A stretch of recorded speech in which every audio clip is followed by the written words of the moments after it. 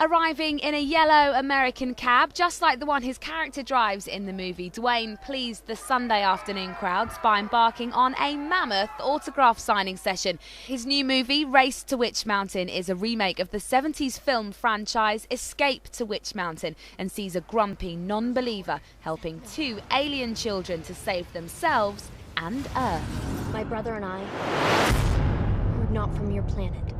Well, you don't look like aliens. What does an alien look like? Do you know what aliens look like? They're like little green people with antennas that take me to your leader, Earthlings.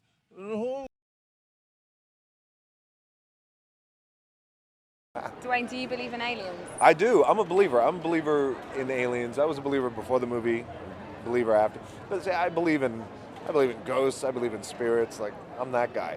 So I'm a believer. I haven't actually seen an alien. I have not, but maybe one day I will.